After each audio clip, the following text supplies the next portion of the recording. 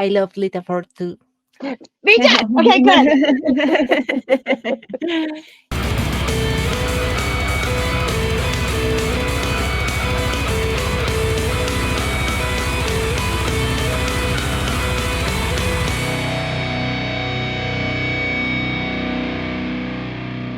Sesión de metal.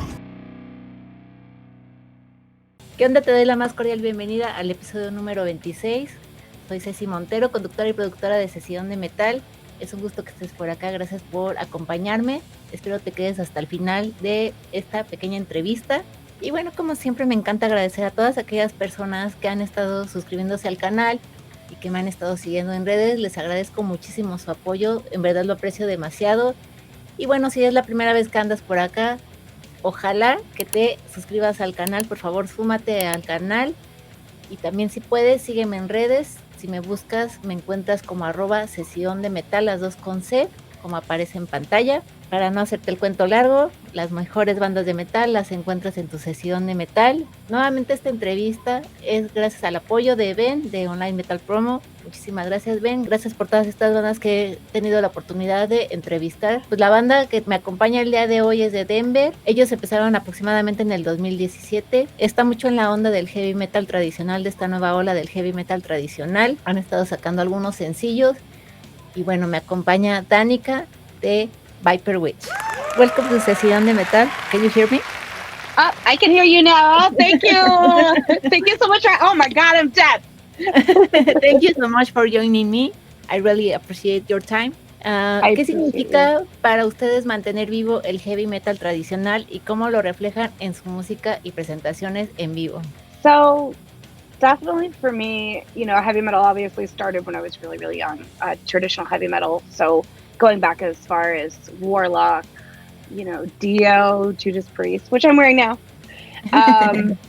It's really important because that was a time for a lot of rebellion and a lot of change through the musical renaissance and what we have now in heavy metal and the community that we live in now. For me particularly, it runs in my blood. I don't really know much else. Like I've said before in a lot of interviews, I've done melodic death metal. I've done all kinds of stuff. I've even tapped into power metal. I did hair metal for a while, and it just seems like heavy metal I just keep coming back to. It's a place for me specifically to write a little bit more comfortably and a little bit more organic to who I am.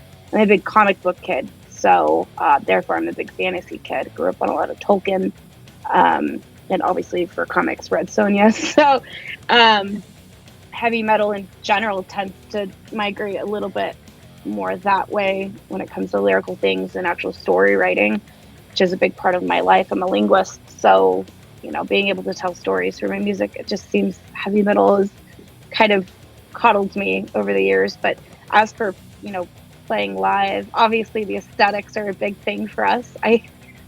I'm a costume designer by trade, but for me, when you're on stage, I like to see musicians, their alter egos, and how they see themselves in the stories that they're building. So I try to make sure that we're all kind of a piece of that story. So when we're playing live, I try to be myself. I try to be a little bit more of a feral version of me, aka Lynx the Huntress. So I try to bring that out in a little bit more sassy, a little bit more road warrior, badass. I don't give a fuck what you think. Same for the guys. And but at home, I'm a big baby. I'm a big crybaby at home, and so yeah, we try to bring all the old elements, even like King Diamond. Like I really always gravitated more to the theatrical side of heavy metal, not so much Kiss. Sorry, I'm gonna get shot for this, but I only really like them in the 80s. But I like the big theatrical stuff. I like people being able to actually see a show and be immersed in the storyline that you built. So for me, heavy metal, that it's just, like I said, it's very organic for me. And it's really important that I keep doing it because I just don't know a lot of people that want to do it. It's why it took us so long to get a good, solid group together of musicians. And like I said, it's like honoring the old gods and being humbled by our roots and remembering where we came from and how weird and crazy things used to be. And I think right here and right now, we're ready for some storytelling and some weird and crazy little balance. So yeah. Entonces, ¿nos podrías comentar sobre la experiencia de compartir escenario con grandes bandas, así como bandas emergentes? ¿Cómo ha influido esto en tu carrera, en su carrera? Oh, wow. So yeah. So we've had the ability to open up for some phenomenal bands I grew up. So for example, like Dawkins, being able to play with them was absolutely mind blowing. But another one that was really important was Lita Ford. And I think that one really shaped our career because I grew up on Lita Ford. That was a huge pinnacle for me as a musician. And I know as the band, it was reshaping for us, deciding where we want to go and what we want to do. And how true our roots we want to be. And for me, that was a big game changer. As for playing with like emerging bands, here in Denver, we don't really have a lot of traditional heavy metal. We do have thrash and other things. And I have spent some time playing with some bands that have really broken out of Colorado, and I'm incredibly proud of them. And it's great because it really puts us back on the map as a scene. Even though there's thousands of genres, and Denver does seem to gravitate a little bit more towards death metal. But other than that, yeah, I mean, playing with Lita Ford was a big one for us. That just kind of basically stapled into my mind like what I wanted to do and how hard I wanted to go for this and what I needed to do. So lots of commitment. I love Lita Ford too. Me too. Okay, good. Y bueno, dentro de la trayectoria de Viperwitch, ¿se han dado cambios de alineación? ¿Dirías que ha evolucionado la banda? Yes, I believe that everything happens for a purpose. I'm kind of a person that sits back and lets things kind of come. I'm not a big proponent of making change unless that change is staring you in the face and being like, it is time. I think that, I mean, if you look at every other successful metal band, changes all happen for a reason. Dave Mustaine is not Metallica for a reason. There's so many reasons for these things. But I think for us, it can either make or break you. And I'm incredibly grateful for, the people that we have had in the earlier beginnings of Viperwitch. But it really wouldn't be what it is today without who we have now and where we came from. And I think it's important. And I think for a lot of musicians, you do have to embrace that change. And sometimes it really sucks. Sometimes it really sucks watching people you love the most go a completely different path. And that's okay. And you just have to accept it and literally wish them the best of luck and stay focused and just try to, what's the word I'm looking for? Try to be hopeful and just stick to your guns and the right people will come. So yeah, it was important. It was very important, and it had to do what we had to do. So durante esta entrevista se ha visto de fondo el video She Wolves of the Westland. ¿Cómo describiría su estilo musical y qué creen que lo diferencia de otras bandas dentro del género del metal? Cool. So I would say it's hard when you listen to your music over and over and over and you're producing it. Like we're sitting and editing and breaking these things apart to where I don't even know what it sounds like really anymore. But I think over general, I think the stylistic is very feral. It's very, it's a good blend of feminine and masculine energy. It's kind of mutable. It's nice. You just feel power there, regardless of which stance you take. I think it's very feral, very powerful, very angry, but very much not out of control of itself. It's still, it's kind of looking at your big brother and being like, dude, he's so fucking cool. Like, how can I be like that? Inside, he's probably has no idea what he's doing with his life.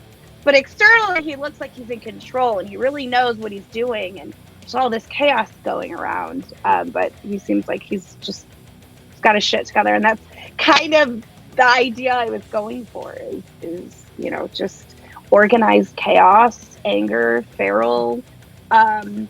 As for standing out with everybody else, I try not to go into my writing to be like, oh, how can I be different? Because I'm a little bit on the spectrum. So I when it comes to social things and where I fit in, I don't know where I fit in. Usually I always feel like kind of outcasted. For me, I think what does set us apart maybe is that feral energy. Just we're gonna do and we're gonna write whatever the fuck we want.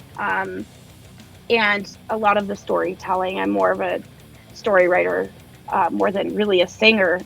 So maybe that helps out a little bit. But yeah, when I go into things, I just go, okay, I like this. This is sleazy and stupid and dirty. And my mom would be so proud. I'm going to do that. And maybe that's what sets us a little bit different. So yeah, maybe, I don't know. I'm just really appreciative. We're actually a part of it. I think that's a big thing for me. I'm still stuck in that headspace of, oh my God, we're here. Like we made it. ¿Qué pueden esperar los fans de Viperwitch en el futuro en términos de nuevos lanzamientos y en giras? Oh yeah, we've got a lot of exciting things. We're so lucky. I actually have a really cool announcement. You guys are probably going to be the first to hear about this, but we are dropping our first album, like our first big album here, May 1st. That is our concept album, so we're dropping that. I just completed a new music video for The Huntress. We decided not to just do artwork. I got some copyright. I basically was able to do this, but I did a music video for The Huntress that drops April 8th. We will be playing Legions of Metal, killer, amazing festival for, traditional heavy metal and power metal out in Chicago. I believe that's May 3rd and 4th. We'll also be playing Hellbanger. He's gonna kill me. It's one of my buddies, Tristan. Hellbanger Ball in Austin, Texas. So if you guys are down south, we'll be playing there October 5th and 6th. But yeah, we also are expecting I Am Pregnant. So my husband, our bassist, and I, so we're expecting this year. So I will be performing, depending on those dates, anywhere from 2 months to about 7 months pregnant. So then we're expecting, hopefully this goes through, but December 5th to about, I think, February, we're going to be writing the second album. So you guys will get 2 albums pretty consistently, one after the other each year. So we've got a lot going on. We have some tours possibly set up this summer. I just got to figure out how I'm going to feel. But yeah, we got a lot of cool stuff going on. So please stay posted. If you like us, send us a message. And our Instagram is pretty up to date with all of the cool stuff we're doing. Okay. So congratulations for your baby. Thank you. And it was a pleasure conducting this interview with you. Thank you so much. It's been a blast. I really appreciate you, Cece. You've been great. Oye, qué chido que te quedaste hasta el final. Muchas gracias. Gracias por quedarte. Espero te haya gustado la entrevista. No sé si ya conocías a Viperwitch. Ojalá que me pudieras decir qué te parece la entrevista, qué te parece esta banda. Si no, por favor, dale una oportunidad de escuchar su música, que está muy buenísima. Además, si te gusta el heavy metal tradicional, seguro es una banda que te va a gustar muchísimo. Y pues bueno, como ya lo platicó Danica durante la entrevista, pues esperaremos nuevos lanzamientos y hay que estar pendientes de ello. Pero para que no te pierdas nada de esto, te dejo toda la información en la descripción de este videito. Si te gustó este contenido, por favor no dudes en darle like. Si no te has suscrito, súmate.